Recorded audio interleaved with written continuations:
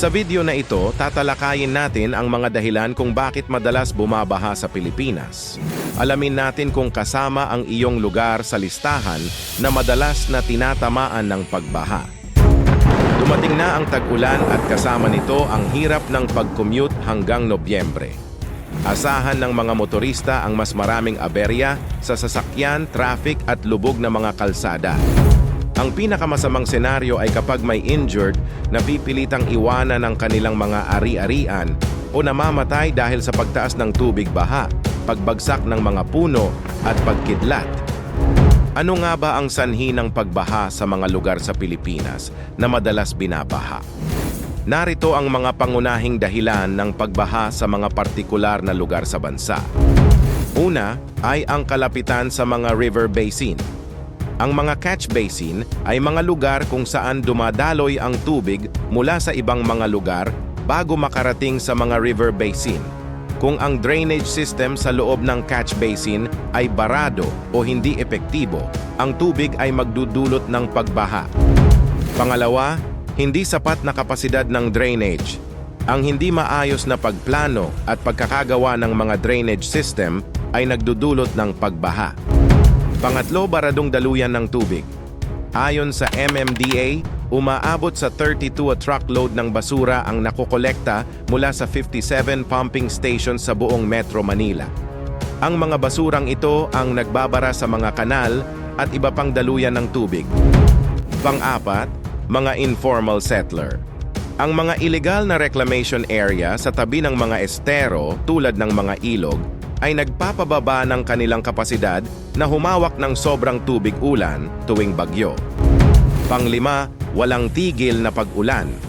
Ang tuloy-tuloy na pag-ulan mula sa mga bagyo at habagat ay nagdudulot ng mataas na pag-agos ng tubig sa mga dam reservoir na nagre-resulta sa pagbukas ng mga floodgate at pagpapakawala ng tubig sa mga mabababang lugar. At panghuli, illegal logging at agrikultura. Ang pagputol ng mga puno at pagtatanim ng mga pananim kasama ang paggamit ng herbicide sa mga gilid ng bundok ay nagdudulot ng pagkamatay ng makapal na halaman at pagpapahina ng lupa. Narito ang listahan ng mga lugar na madalas ang baha sa Pilipinas sa taong 2023 at sa kasalukuyan. Caloocan. Ang pagbaha sa lungsod ng Caloocan ay karaniwang dulot ng pag-apaw ng ilog, labis na pag-ulan at kakulangan sa kapasidad ng mga kanal. Rizal Avenue, ITC Compound malapit sa General Luis Street, General Pio Villanueva Street hanggang Lapu-Lapu Street, Rojas Street hanggang Baltasar Street, West Grace Park, Sabalo Street hanggang Libis Talisay, East Grace Park, P. Rizal Extension hanggang San Miguel Street. Las Piñas City. Ang mga mabababang lugar sa Las Piñas ay nakakaranas ng pagbaha dahil sa mabilis na urbanisasyon at pag-unlad kung saan ang mga tirahan ay itinatayo sa mga lugar na delikado. Naga Road, Quirino Avenue, Alabang Zapote Road, Tramo Line hanggang Casimiro Camela Subdivision at F. Santos, Tiongkiao Road hanggang CAA. Makati City. Ang dalas ng pagbaha sa Makati City ay dahil sa 16 na sapa at kanal na nakapaligid sa lungsod. Carmona, Sembo, East Rembo, EDSA Pasong Tamo, EDSA Estrella, Magallanes Tunnel, Forbes Park, Guadalupe Nuevo, Casilawan, La Paz, Don Bosco, Osmeña Skyway, Buendia South Superhighway. Malabon. Ang Malabon ang may pinakamababang natural na kakayahang makabangon sa lahat ng lungsod sa Metro Manila. Ang pagbaha sa lungsod ay dulot ng pagharang sa daloy ng ilog at polusyon.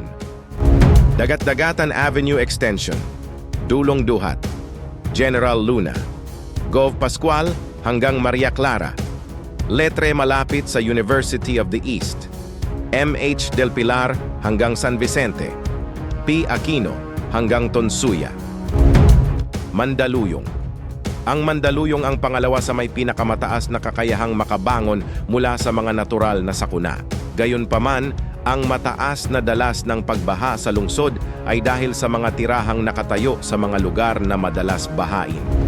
Acacia Lane, EDSA Connecticut, EDSA Mega Mall, F. Martinez Canto de la Paz Street, F. Ortigas Street, Hagdang Bato Ibaba, J. Luna, malapit sa JRU, Kalentong malapit sa Shaw Boulevard, Maiselo Circle, New Zaniga, Ortigas Avenue malapit sa LaSalle Green Hills, P. Cruz Street, Shaw Boulevard Tunnel. Mga lugar na madalas baha sa Maynila. Ang lungsod ng Maynila ay madalas tamaan ng bagyo at pagbaha. Ang mga pagbaha dito ay dulot ng mataas na antas ng urbanisasyon at mababang natural na ekosistema.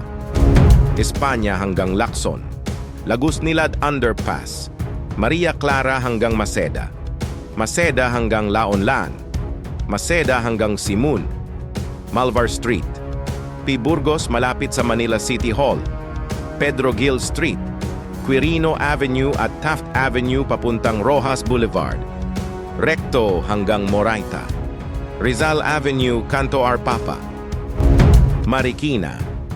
Ang Marikina ay pinakamadaling tamaan ng mga sakuna dahil sa kalapitan nito sa Ilog Marikina at mga tirahang nakatayo sa mga gilid ng burol at mga lugar na madalas bahain.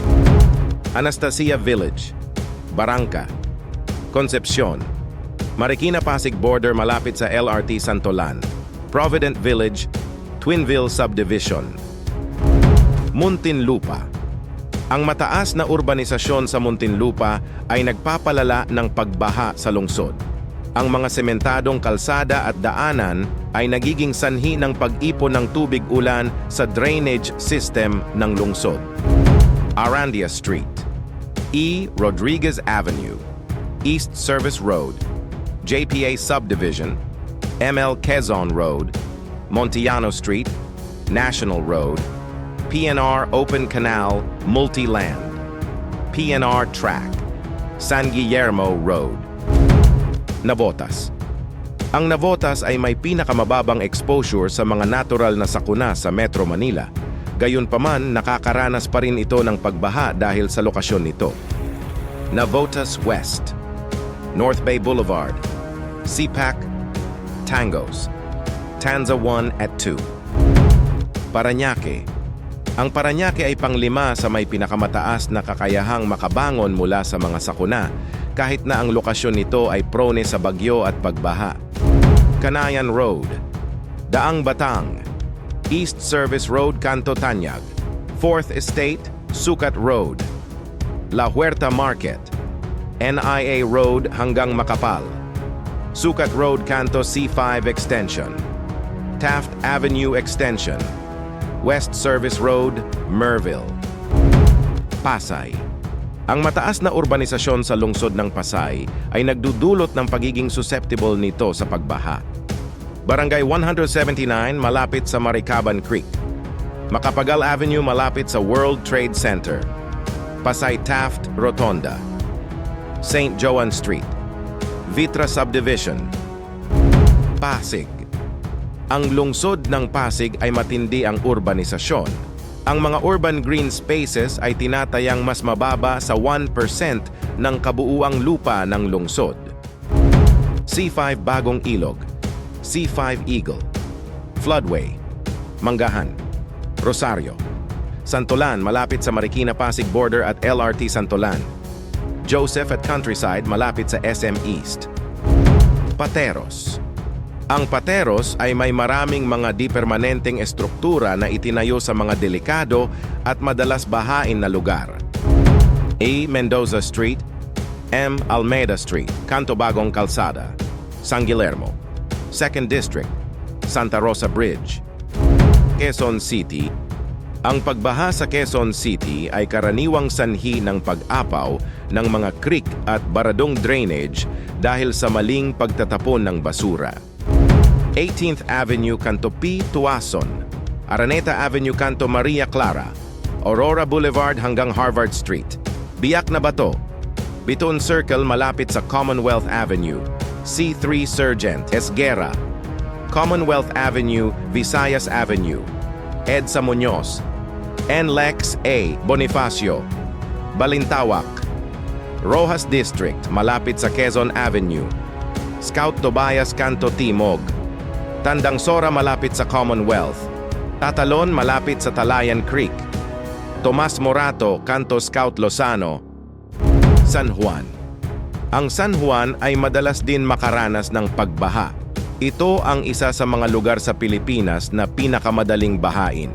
Tinatayang 10% ng lupa ng San Juan ay hindi angkop para sa pag-unlad dahil sa mga gilid ng burol at kalapitan sa Ilog San Juan. Balong Bato, Leyva, B. Santo Domingo, Fernandez Street, Katubusan, San Lorenzo Ruiz malapit sa Skyway. Taguig City. Katulad ng ibang lungsod sa Metro Manila, ang Taguig ay prone din sa pagbaha at iba pang natural na sakuna dahil sa malaking pagkawala ng mga urban green spaces at pag-unlad ng mga infrastruktura.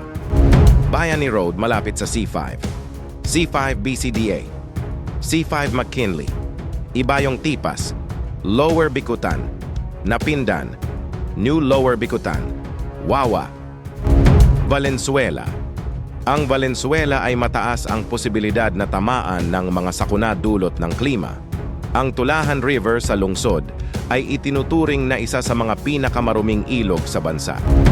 Manzana Saint hanggang Anonas Street, MacArthur Highway malapit sa Fatima Medical Center, Alcanar Street hanggang Manzanas Street, Waling-Waling Saint hanggang Adelpha Street, 20 Reales Creek hanggang Caltex Gas Station, H. Del Pilar Street, San Guillermo Saint hanggang Karuhatan Road, Marulas Creek hanggang Tamaraw Hill Street, Angeles Street hanggang De Guia Street.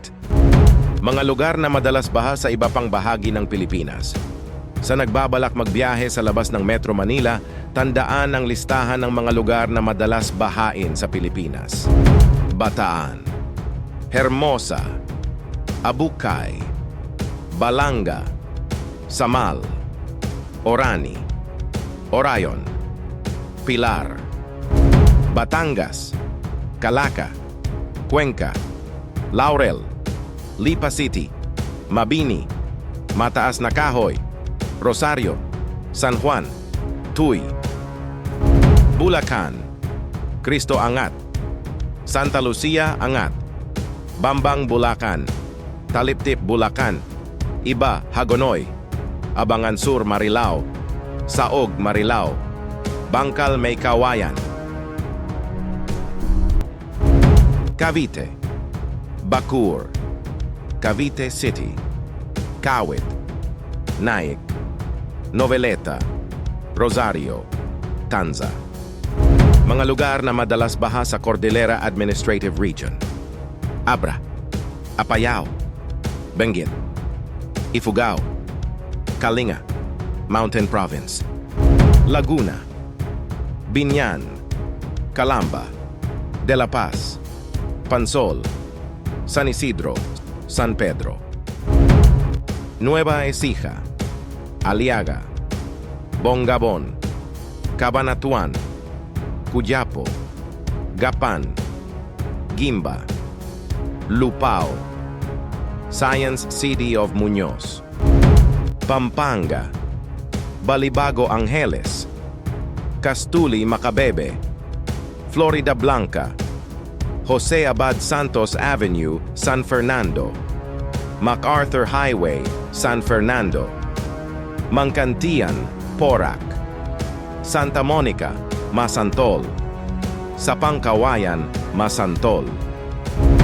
Pangasinan, Calasiao, Dagupan City, Bolinao, Sual, Santa Barbara, Mangaldan, Lawak, Santa Maria, Binmaley, Agno, Rizal, Gitnang Bayan, Antipolo, Marcos Highway, Antipolo, Mayamot, Antipolo, Villaluz Street, Angono, Felix Avenue, Cainta, Junction, Cainta, Karangalan Avenue, Cainta, Midtown Village malapit sa Pasig-Cainta border, Ortigas Avenue Extension, Cainta.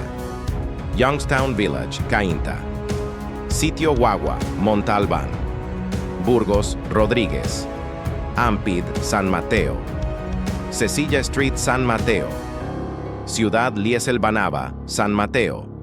Felicidad Village, San Mateo. Dolores, Taytay. Golden City Subdivision, Taytay. Tikling, Taytay. Tarlac. Maliwalo.